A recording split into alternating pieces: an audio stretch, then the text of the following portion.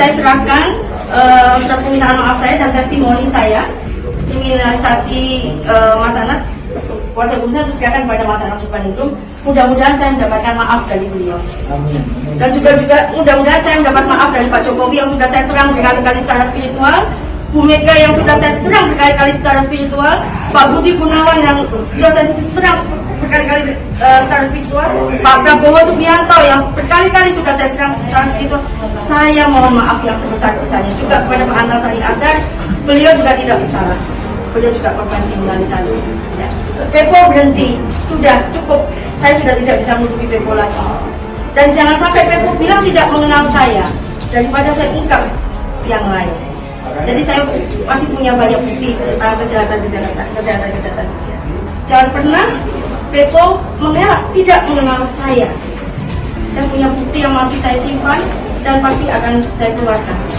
Saya hanya ingin kebenaran itu benar-benar terwujud dan ingin menjalankan amanah rakyat almarhum ibu saya. Cikeas kembali diguncang kabar buruk. Kali ini soal Anas Urbaningrum hingga guru spiritual. Ditulis oleh Niha Alif. Beberapa waktu lalu isu-isu buruk mengenai kader Demokrat selalu menghiasi media massa. Mulai dari kasus korupsi Bupati Penajem Pasir Utara yang menyeret nama Andi Arief hingga berita pemukulan manajer resto oleh Benika Harman. Kini lagi-lagi ada isu tak sedap yang menyeret Cikeas.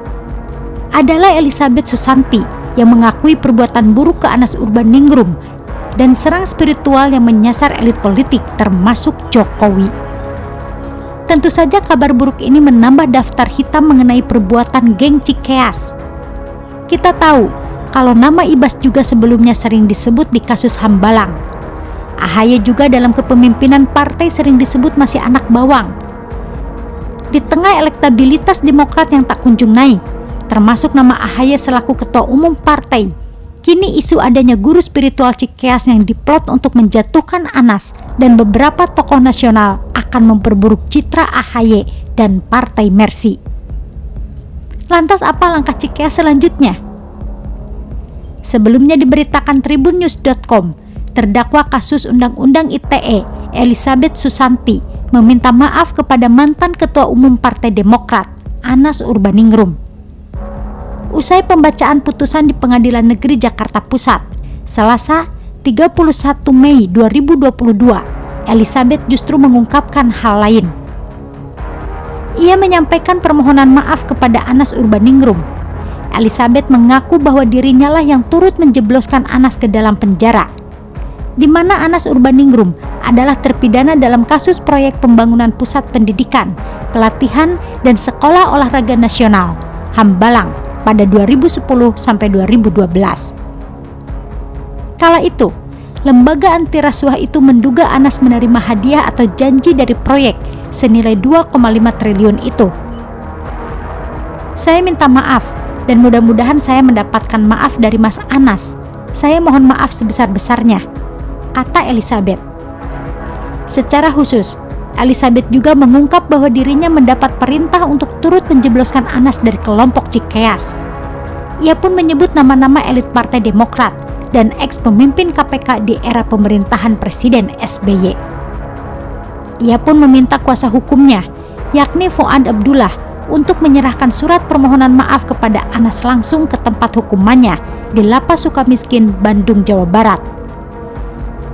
Melalui kuasa hukum, saya menyerahkan surat permohonan maaf ini beserta barang bukti untuk dijadikan bahan pengajuan peninjauan kembali kedua di MA, ungkapnya.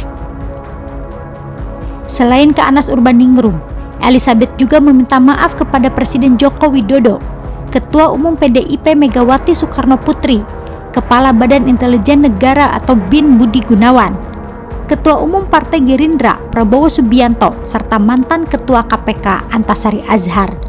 Pasalnya, ia mendapat perintah dari kelompok Cikeas untuk mengganggu para tokoh itu secara spiritual.